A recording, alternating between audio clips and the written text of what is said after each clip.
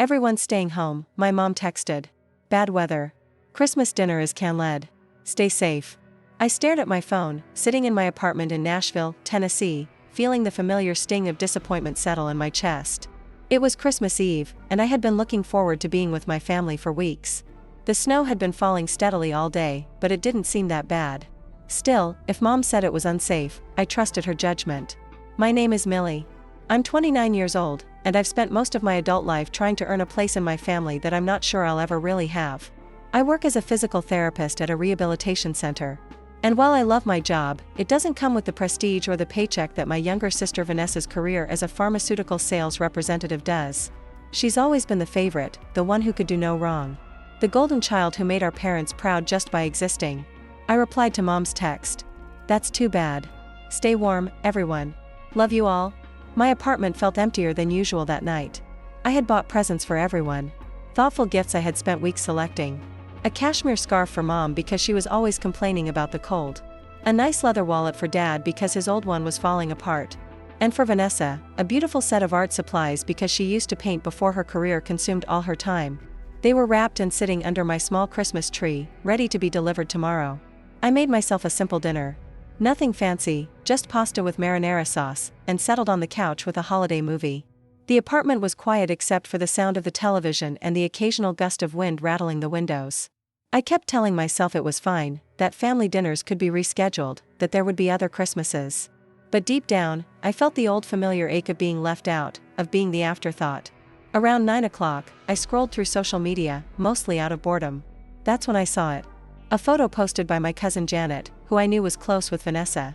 The image showed my entire family gathered in what I immediately recognized as Vanessa's living room.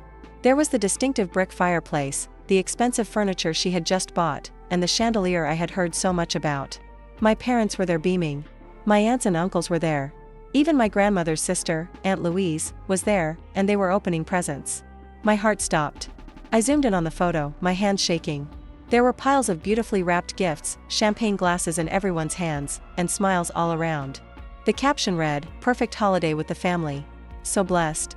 I felt like I had been punched in the stomach. They hadn't canceled Christmas because of bad weather. They had canceled it for me. They had lied to keep me away. And they were all together at Vanessa's house celebrating without me. I sat there in shock, staring at the photo. Why would they do this? What had I done to deserve being excluded from my own family's Christmas celebration? The hurt quickly turned to anger, then to something colder, a determination to understand what was really going on. I noticed something else in the photo. On the coffee table, among the open presents were several items that looked expensive and antique. A jewelry box I recognized, a set of silver candlesticks, and what appeared to be some old photographs in ornate frames. My breath caught in my throat. Those were Grandma's things. My grandmother had passed away 6 months ago, and she had been the one person in the family who always made me feel valued. She had left behind a small estate, mostly personal items and keepsakes she had collected over her lifetime. The will had been read, but I hadn't been present because I was out of town for a work conference. Mom had told me that Grandma had left everything to be divided equally among the grandchildren, and that we would sort through it all together after the holidays. But looking at this photo, it was clear that sorting had already begun without me. I took a screenshot of the photo and saved it to my phone. Then I replied to Mom's text with a message that took every ounce of self-control I had to write calmly. Glad you're all safe. Hope the weather clears up soon. I didn't sleep that night. I lay in bed staring at the ceiling, my mind racing. The exclusion was one thing, but the inheritance issue was something else entirely. If they had divided Grandma's belongings without me, that wasn't just hurtful. It was potentially illegal. Grandma's will had been specific about equal distribution among grandchildren. I had a copy of it in my file somewhere. By the time morning came, I had made a decision. I wasn't going to confront them immediately. I was going to be smart about this. I was going to find out exactly what they had done, and then I was going to make sure they faced the consequences. Christmas morning arrived with pale winter sunlight filtering through my curtains. I got up, made coffee, and started doing what I should have done months ago. I began investigating. First, I pulled out the copy of Grandma's will that her lawyer had sent me. I read through it carefully, highlighting the relevant sections. It was clear her estate was to be divided equally among her 4 grandchildren, me, Vanessa, and our 2 cousins, Janet and Stuart. The executive was supposed to be a neutral third party, a lawyer named Patricia Hoffman. But I noticed that my mother had been listed as a co-executive to help with the personal items since she knew what everything was. I had trusted Mom to handle things fairly. That had clearly been a mistake. I thought back to my childhood, trying to pinpoint when things had started to go wrong between Vanessa and me. We had been close once when we were little. I remembered playing together, sharing secrets, defending each other against the world. But somewhere around the time Vanessa turned 16 and I was 18, everything changed. She became competitive, always trying to outdo me, always seeking more attention from our parents, and they gave it to her willingly. When I chose to study physical therapy, Dad had made comments about it being a nice practical career for someone who wants to help people. But when Vanessa went into pharmaceutical sales, he bragged about her ambition and her six-figure income potential. When I bought my modest apartment, Mom said it was cozy. When Vanessa bought her house with the chandelier and the brick fireplace, they threw her a housewarming party and invited half the neighborhood. I had tried not to be bitter about it. I had tried to focus on my own life, my own achievements, my own happiness.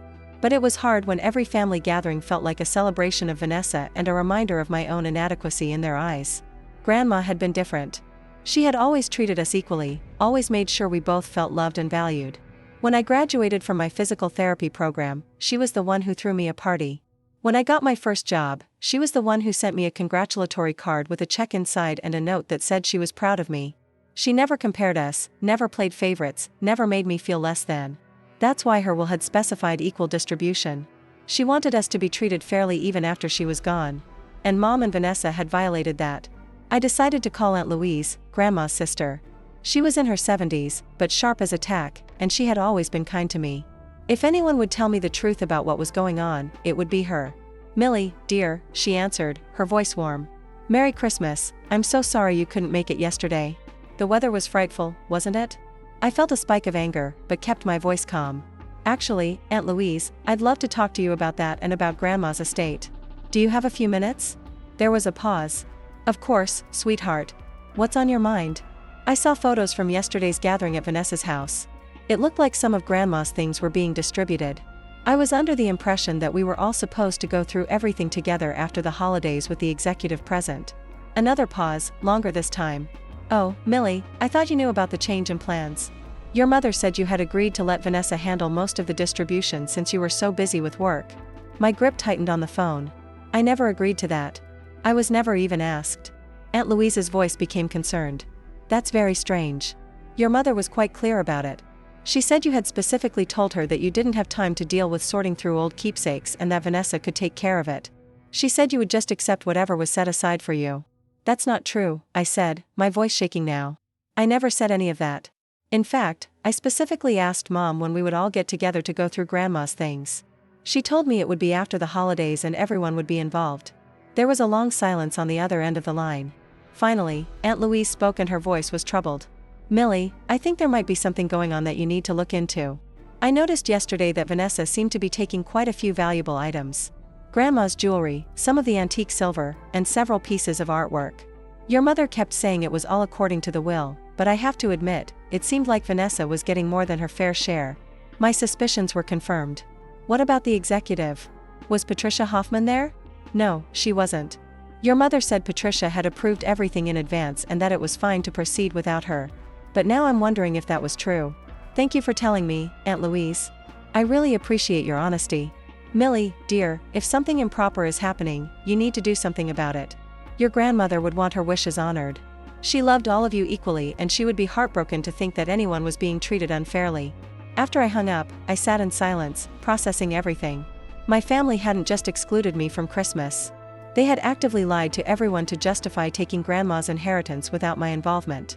And they had used my supposed agreement as cover for their scheme. I needed proof. I needed documentation. And I needed to act carefully.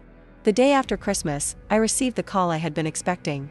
Mom's number flashed on my screen, and I let it ring 3 times before answering, keeping my voice light and unbothered. "Hi, Mom. Merry Christmas." "Merry Christmas, sweetheart," she said, her tone overly cheerful in that way that made my skin crawl. "How was your day yesterday? Did you stay warm?" "Oh, it was fine. Quiet, but fine. I watched some movies, had a nice dinner. How about you? Did the weather clear up enough for you to do anything?" There was the briefest hesitation. "Oh, you know how it is. We just stayed home, had a simple meal. Nothing special." I waited a beat, giving her the chance to come clean. She didn't take it. "That's nice," I said. "I'm glad you were safe. Actually, Millie, I'm calling because I wanted to talk to you about Grandma's estate." We had the executive review everything, and it turns out there's been some sorting done. We wanted to make sure you got your share. Oh, I thought we were going to do that together after the holidays. What changed? Well, Patricia Hoffman said it would be easier to handle it in stages. And since Vanessa had the most space to store things temporarily, we thought it made sense to start the process at her house. Don't worry, everything has been documented and divided fairly. We have a box of items set aside for you. A box. One box out of an entire estate. I felt my jaw clench. That's interesting, Mom, because I spoke with Aunt Louise yesterday. She mentioned that there was a gathering at Vanessa's house on Christmas Day. The day you told me was cancelled because of bad weather. She said several valuable items were distributed and that Vanessa seemed to receive quite a lot of them. The silence on the other end was deafening. Millie, I can explain. Can you? I cut her off, my voice still calm, but with an edge now. Because from where I'm sitting, it looks like you lied about canceling Christmas so you could exclude me while Vanessa helped herself to Grandma's inheritance. Did you really think I wouldn't find out? It's not like that, Mom said quickly, her tone defensive now. Vanessa just needed some of those things for her house, and we thought, you thought what? That I wouldn't notice? That I wouldn't care? Or that I'd just accept whatever scraps you decided to throw my way? Millie, you're overreacting. This is family business, and we were trying to handle it efficiently. Vanessa has been so helpful with everything and you've been so busy with work. We didn't want to burden you. Burden me? Mom, Grandma's will specifically states that everything is to be divided equally among the 4 grandchildren. That means me, Vanessa, Janet, and Stuart. Not just Vanessa, and whoever else you decide to favor this week. Watch your tone, young lady. Mom snapped. We did nothing wrong. Patricia approved everything. Then you won't mind if I call Patricia myself to verify that, will you? Another pause. This one felt different, heavier, more worried. Millie, please don't make this into a bigger issue than it needs to be. Family is more important than material things. You're absolutely right, Mom. Family is more important, which is exactly why it hurts so much that you would lie to me, exclude me, and try to cheat me out of my inheritance. Grandma would be devastated if she knew what you were doing. We'll get you your share, Mom said, her voice tight. There's no need to involve lawyers or make this unpleasant. It's already unpleasant, Mom. You made sure of that when you decided I didn't matter enough to include in my own family's Christmas celebration. I hung up before she could respond. My hands were shaking, but not from fear, from righteous anger. I immediately called Patricia Hoffman's office, fully expecting to get voicemail since it was the day after Christmas, but to my surprise, she answered. Patricia Hoffman speaking. Hello, Miss Hoffman. This is Millie, one of the beneficiaries of my grandmother's estate. I have some concerns about the distribution process, and I was hoping you could clarify a few things for me. Of course, Millie. What can I help you with? My mother told me that you had approved an early distribution of assets at my sister Vanessa's home on Christmas Day and that everything was documented and handled properly. Is that accurate? There was a long pause. I'm sorry, but I have no idea what you're talking about. I haven't approved any distribution of assets. In fact, I've been trying to schedule a meeting with all the beneficiaries for weeks. But your mother kept saying everyone's schedules were too busy. The estate settlement is still pending. My heart raced. So, there was no approval for Vanessa to take possession of items from the estate. Absolutely not. As co-executor, your mother has access to the estate for the purpose of cataloging and preserving assets.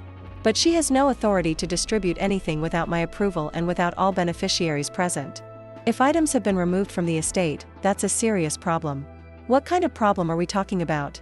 Potentially, it could be considered theft or misappropriation of estate assets. At the very least, it's a violation of her fiduciary duty as co-executive. Millie, if what you're telling me is true, we need to address this immediately. Can you provide me with evidence of what happened? I thought of the screenshots, Aunt Louise's testimony, and the documented lies in the text messages. Yes, I said. I can provide plenty of evidence. Good. I'm going to need you to send me everything you have. And Millie, don't tell your mother or sister that we've spoken. Let me handle this through the proper legal channels. After I hung up, I sat back and took a deep breath. This was it.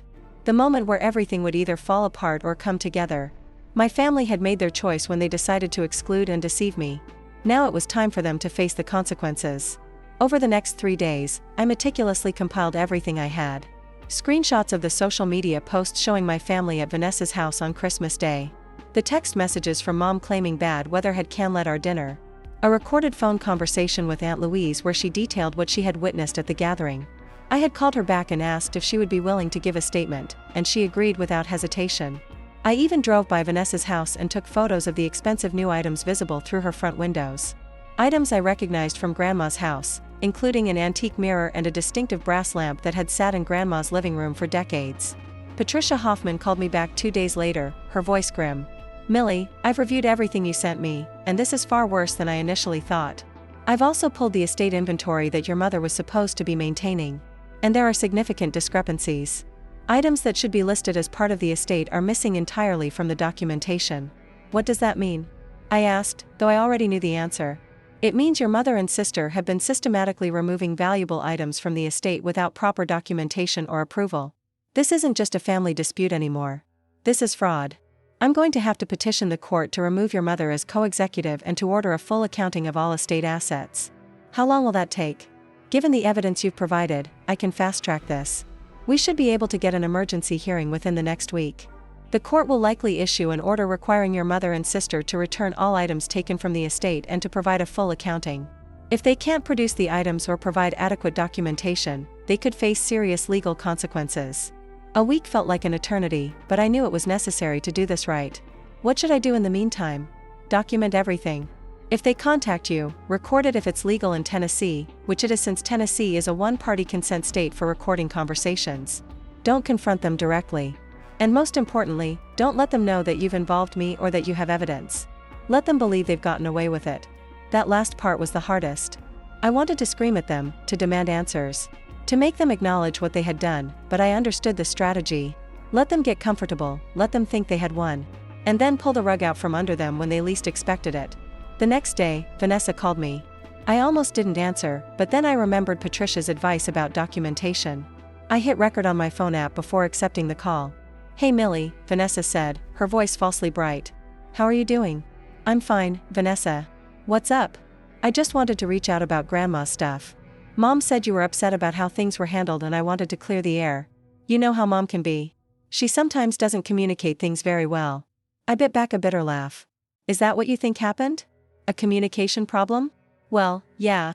I mean, Mom told us you didn't have time to deal with sorting through everything, so we tried to help by getting started. We have a box of things set aside for you. Some photo albums, a few pieces of costume jewelry, some kitchen items. Nothing major, but things we thought you'd like." "Photo albums and costume jewelry," I repeated slowly. "What about the antique mirror? The brass lamp, the silver candlesticks, the jewelry box with Grandma's real jewelry?" There was a pause.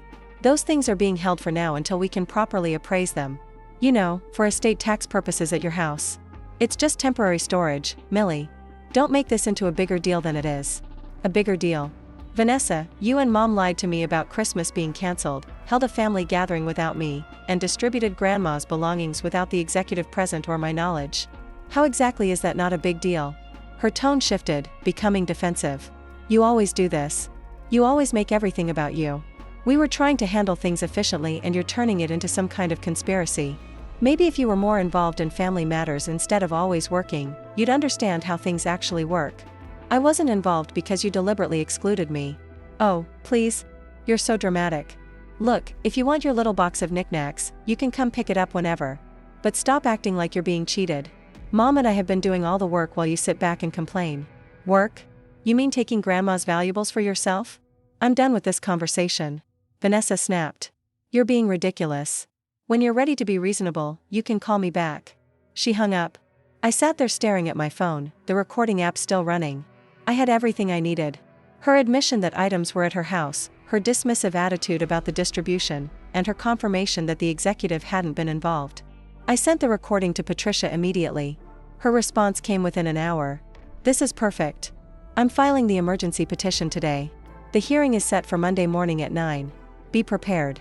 Your mother and sister are going to be served with papers requiring them to appear in court and to explain what they've done with the estate assets.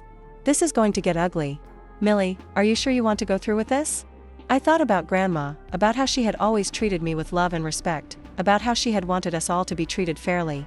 I thought about the years of being second best in my parents' eyes, of being excluded and dismissed. I thought about the deliberate lies they had told to keep me away from Christmas while they divided up what was rightfully meant to be shared. "I'm sure."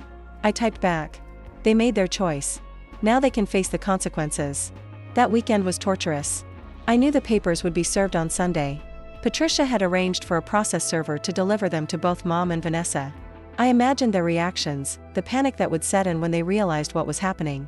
Part of me felt guilty for taking such a drastic step, but a larger part of me knew this was the only way to get justice. Sunday evening, my phone exploded with messages and calls. Mom, Dad, Vanessa, even Janet and Stuart. I ignored all of them just as Patricia had instructed. Let them panic. Let them scramble. Let them finally understand what it felt like to be powerless and excluded. Monday morning arrived cold and clear. I dressed carefully in a professional navy suit that made me look capable and serious. The kind of outfit that said I wasn't someone to be dismissed. I arrived at the courthouse 30 minutes early, my stomach churning with anxiety and anticipation. Patricia met me in the lobby, a leather briefcase in hand and a determined expression on her face. She was in her 50s with sharp eyes and an air of competence that immediately put me at ease. Are you ready for this? She asked, as ready as I'll ever be. Good. Remember, stay calm. Answer the judge's questions honestly and directly, and let me handle the legal arguments. Your mother and sister are going to try to make this about family drama and hurt feelings. We need to keep the focus on the facts. The missing estate assets, the fraudulent distribution, and the violation of fiduciary duty. We entered the courtroom, and I saw them immediately. Mom, Dad, and Vanessa, huddled together near the defendant's table with their lawyer. A middle-aged man in an expensive suit who looked annoyed to be there. The moment Mom saw me, her face contorted with anger and something else. Fear. How could you do this? She hissed as I walked past. This is your own family. I didn't respond. I took my seat next to Patricia and stared straight ahead, refusing to engage. The judge entered, a stern-looking woman in her 60s, and everyone rose.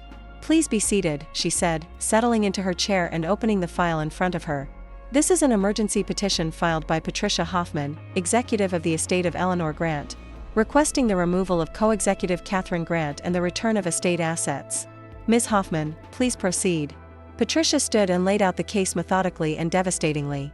She presented the evidence, the social media posts, the text messages, the recorded phone calls, Aunt Louise's written statement, and the inventory discrepancies.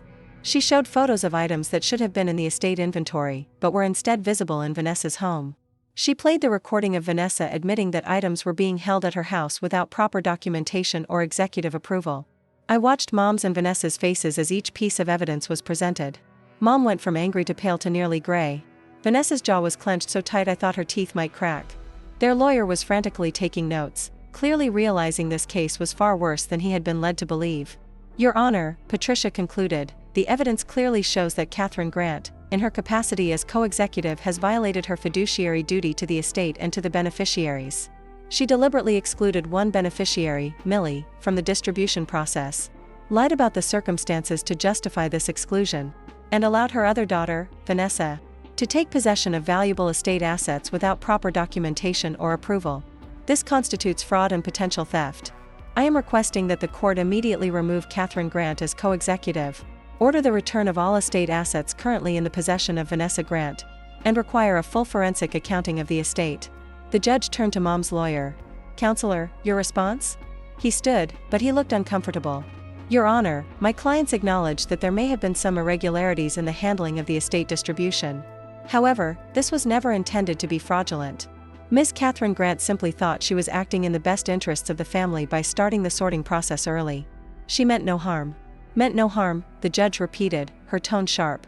She lied to her own daughter about a cancelled Christmas dinner so she could facilitate the unauthorized distribution of estate assets. She failed to document valuable items that were removed from the estate. She allowed one beneficiary to take possession of property that should have been equally divided among 4 beneficiaries. Counselor, this isn't a matter of good intentions gone wrong. This is a deliberate pattern of deception and misappropriation.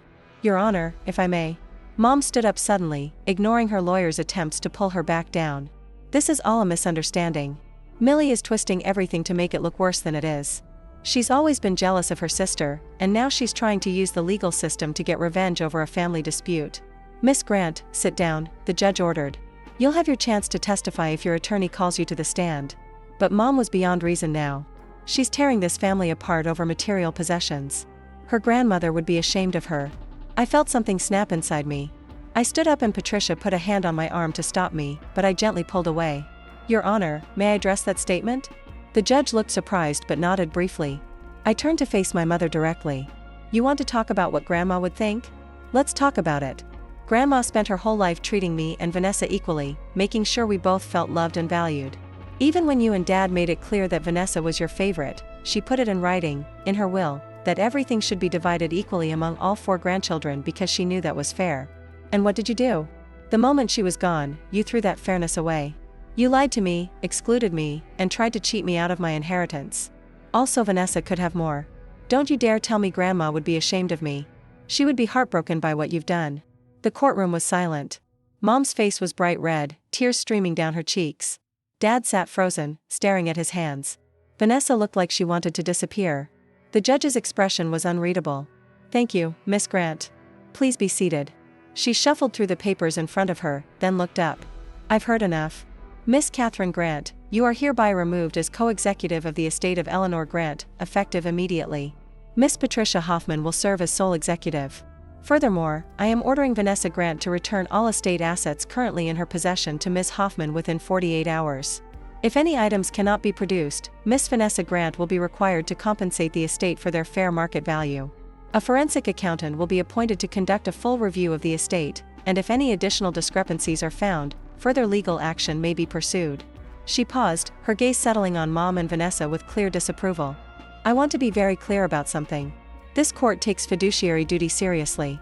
When someone is entrusted with managing an estate, they have a legal and moral obligation to act in the best interests of all beneficiaries, not just the ones they personally favor. What happened here is a betrayal of that trust and a violation of the Deedens' clear wishes. You should both be ashamed of yourselves. The gavel came down with a sharp crack that felt like thunder in the silent courtroom. The aftermath of the hearing hit like a tidal wave. As we left the courtroom, Mom tried to approach me, but Patricia stepped between us. Miss Catherine Grant, you are no longer to have any contact with my client regarding estate matters. All communication will go through me. If you violate this order, I will seek a restraining order. Mom's face crumpled. Millie, please. You're my daughter. We can work this out as a family. I looked at her. Really looked at her and felt nothing but exhaustion and sadness. We stopped being a family when you decided Vanessa was the only daughter who mattered. You made your choice, Mom. Now you have to live with it. Dad finally spoke up, his voice, Millie. Your mother made a mistake, but this taking it to court, humiliating us like this is too far. Can't we just forget this whole thing and move on? Forget it. I felt a laugh bubble up, bitter and sharp. Dad, you stood there while Mom lied to me. You participated in the gathering at Vanessa's house, knowing I had been deliberately excluded. You watched Vanessa take Grandma's belongings without saying a word. You're just as guilty as they are. I didn't know it was wrong, he protested weakly. Then you're either lying or you're a fool, and I don't know which is worse. Vanessa finally found her voice, stepping forward with tears streaming down her face. How can you do this to us? Over things? Over stuff? You're willing to destroy this family over material possessions? I turned to her and all the years of resentment, all the hurt and anger and disappointment came pouring out. This isn't about the stuff, Vanessa. This is about respect. This is about being treated like I matter. You've spent your entire adult life being the favorite, being the golden child, getting everything handed to you while I worked twice as hard for half the recognition. And even that wasn't enough for you. You had to take the one thing, the one person who treated us equally, and use her death as an opportunity to take more. That's not fair, Vanessa sobbed. I didn't. You did? I cut her off. You knew exactly what you were doing. You and Mom planned this together, and you thought I was too stupid or too compliant to fight back. Well, you were wrong. Over the next 2 days, I watched from a distance as chaos unfolded in my family. Patricia called to inform me that Vanessa had returned most of the items, but several high-value pieces were missing, including Grandma's engagement ring, a valuable painting, and an antique necklace. Vanessa claimed she had given them to friends for safekeeping and couldn't remember which friends. The judge was not amused. A contempt hearing was scheduled and Vanessa was facing potential jail time if she couldn't produce the missing items. Suddenly, miraculously, she remembered where everything was and returned it all within 24 hours. The forensic accounting revealed even more troubling information. Mom had been skimming money from Grandma's bank accounts in the months before her death. Small amounts at first, but growing larger as Grandma became too ill to monitor her finances. The total came to nearly $20,000, supposedly used for Grandma's care, but with no receipts or documentation to prove it. Patricia filed additional motions to recoup the stolen funds. Mom and Vanessa hired a better lawyer, but the evidence was overwhelming. In the end, they agreed to a settlement rather than face criminal charges. Mom would repay the $20,000 plus interest. Vanessa would pay for the forensic accounting and all legal fees related to the case. Both would be permanently barred from serving as executives or trustees for any estate in the future. But the real punishment was the dissolution of the family itself. My parents' marriage fell apart within a month. Dad, who had always been passive and non-confrontational, couldn't forgive Mom for dragging him into her schemes and making him complicit in the fraud.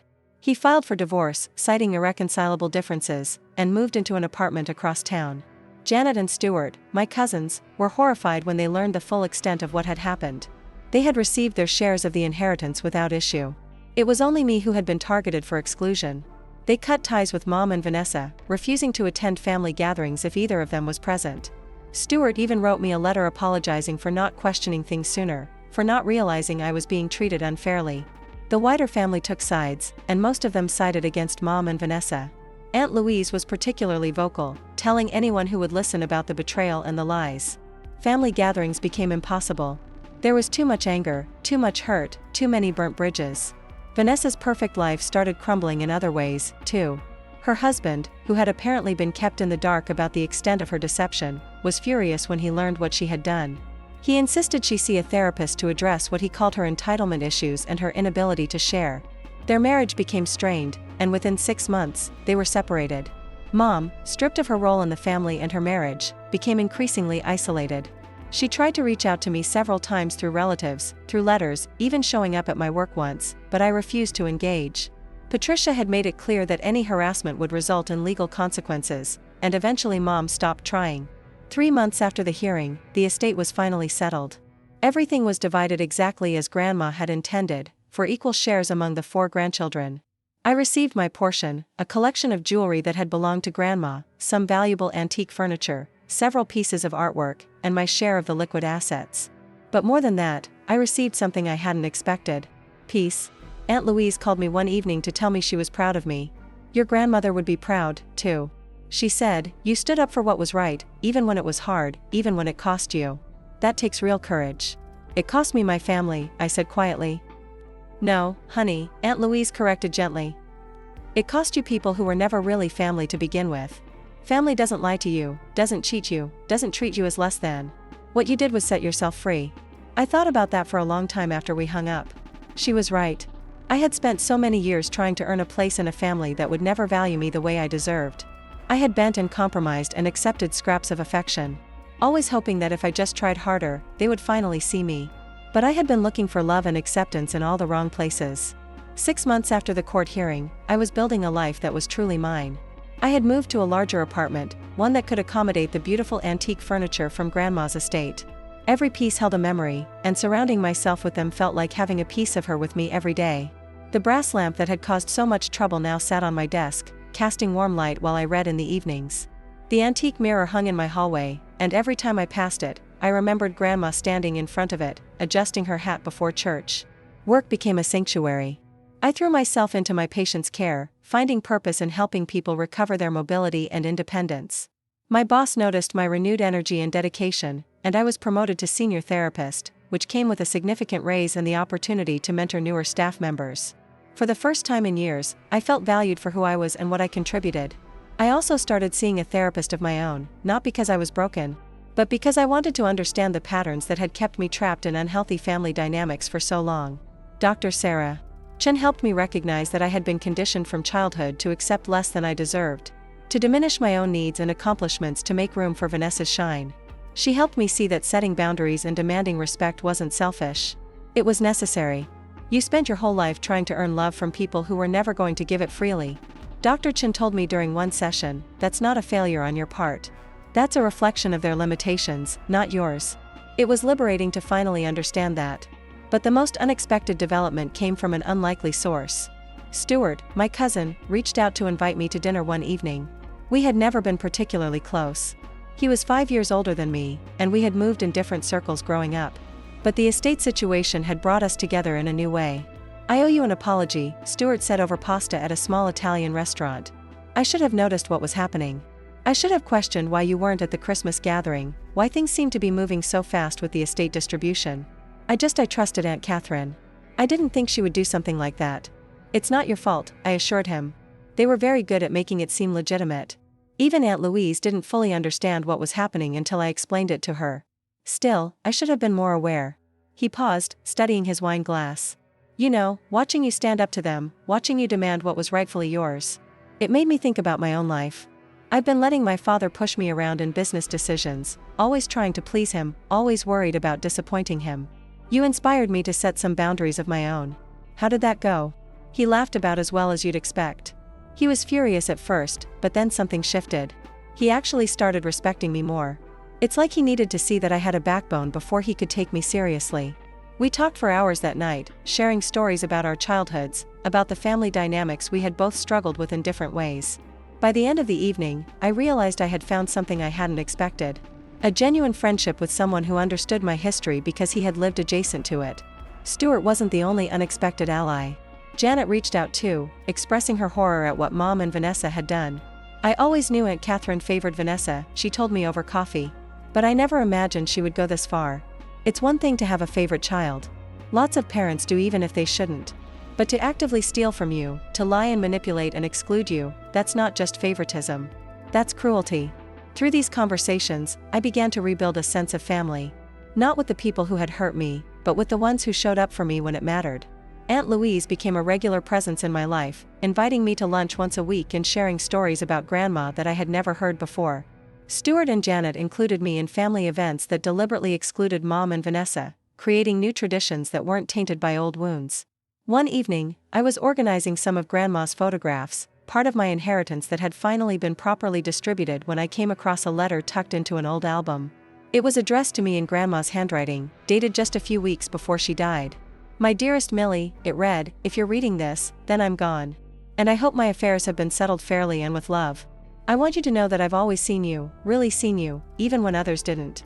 You have a strength and integrity that makes me so proud. Your path may be harder than your sister's, but I believe it will ultimately be more rewarding because you've earned everything you have. Don't let anyone diminish your light. Stand up for yourself even when it's difficult. Especially when it's difficult. I love you and I believe in you always, Grandma. I sat there with tears streaming down my face, holding that letter like the precious gift it was. She had known.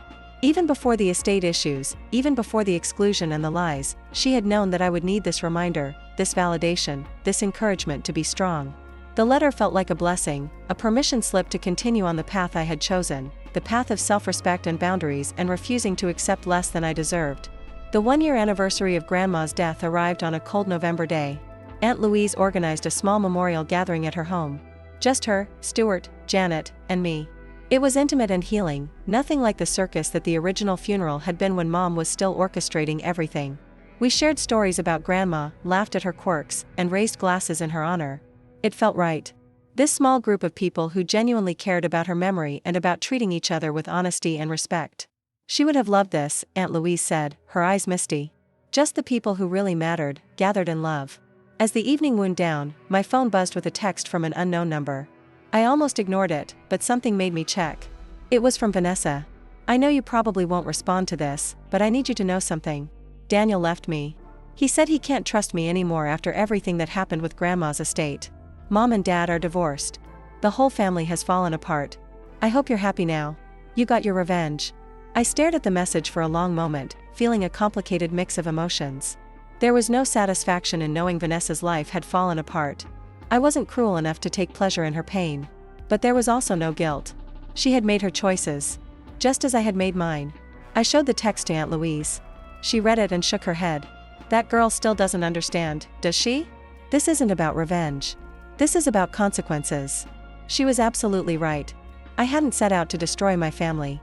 I had set out to protect my rights and honor Grandma's wishes.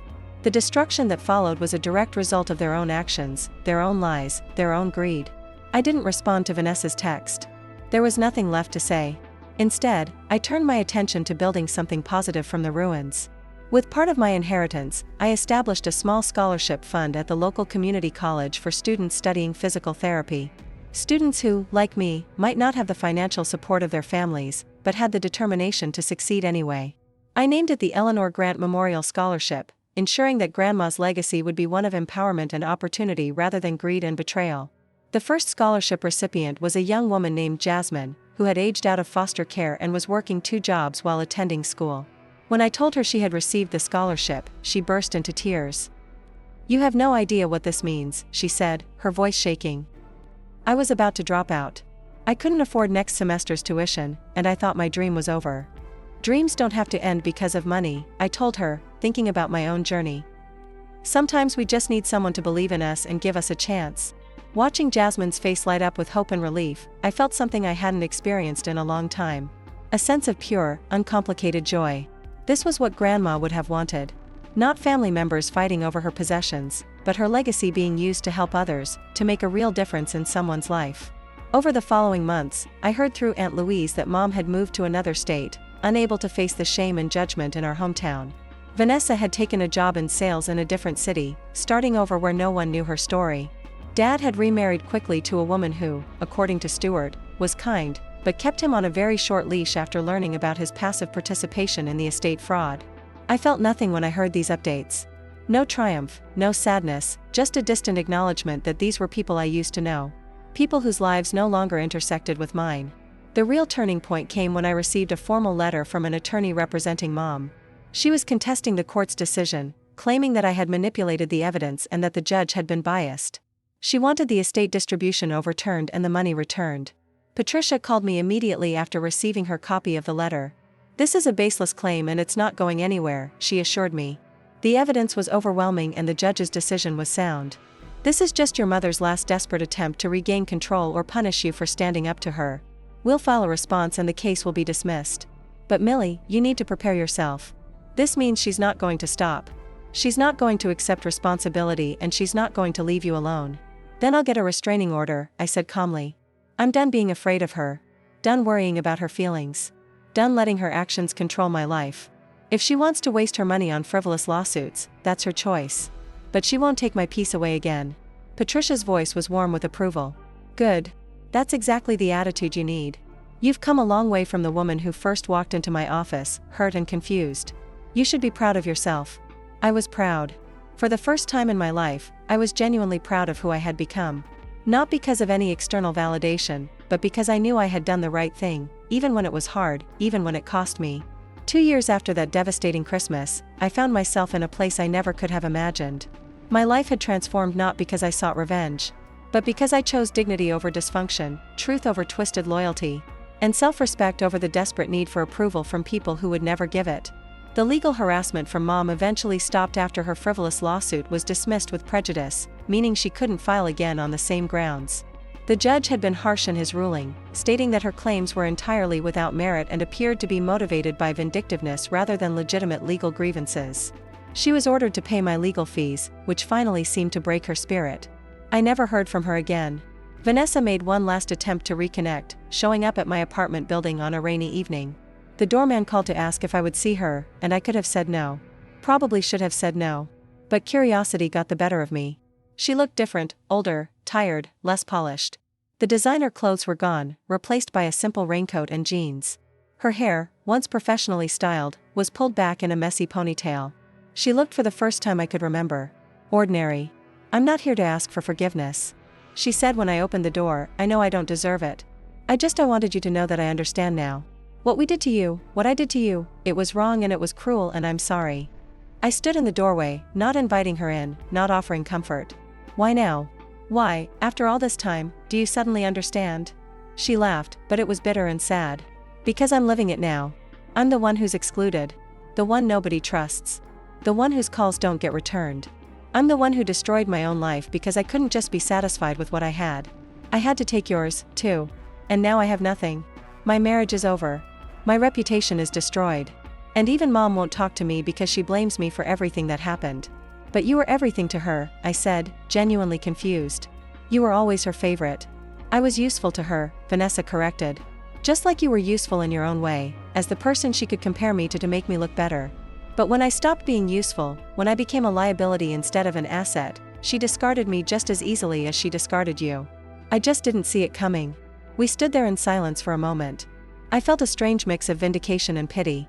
She had finally learned the lesson I had learned years ago, that our mother's love was conditional, transactional, and ultimately hollow. "I hope you find peace, Vanessa," I said finally. "But you're not going to find it with me. I've moved on, and I'm not interested in rebuilding something that was never really there in the first place.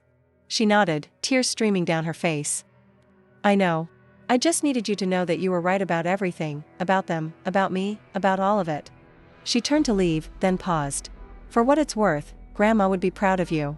She always said you had more strength than the rest of us combined. I just never wanted to believe it. I watched her walk away, her figure disappearing into the rain, and I felt the final piece of the old hurt dissolve.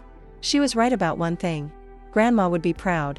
Not because I had won, but because I had stood up for what was right when it would have been so much easier to just accept the injustice and move on.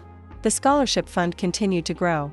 More donors came forward, inspired by Grandma's story and by the mission to help students who were fighting against the odds. We awarded scholarships to 5 students the second year, 10 the third year. Each one had a story of resilience, of determination, of refusing to let circumstances define their future. Watching them succeed became one of my greatest joys. I also reconnected with old friends I had neglected during the years of trying to earn my family's approval without the constant drain of toxic relationships. I had energy for genuine connections, for laughter that wasn't tinged with anxiety, for relationships built on mutual respect rather than obligatory blood ties. Stuart became one of my closest friends. He got married and I stood up as a groomsman in his wedding. A wedding that deliberately excluded Mom and Vanessa, not out of spite, but because their presence would have poisoned the celebration. Janet moved to Nashville for work and we started a tradition of Sunday brunches where we talked about everything and nothing. Building the kind of sister relationship I had always wanted but never had with Vanessa. Aunt Louise remained a constant source of wisdom and love. She often told me that watching me stand up for myself had inspired her to be more assertive in her own life.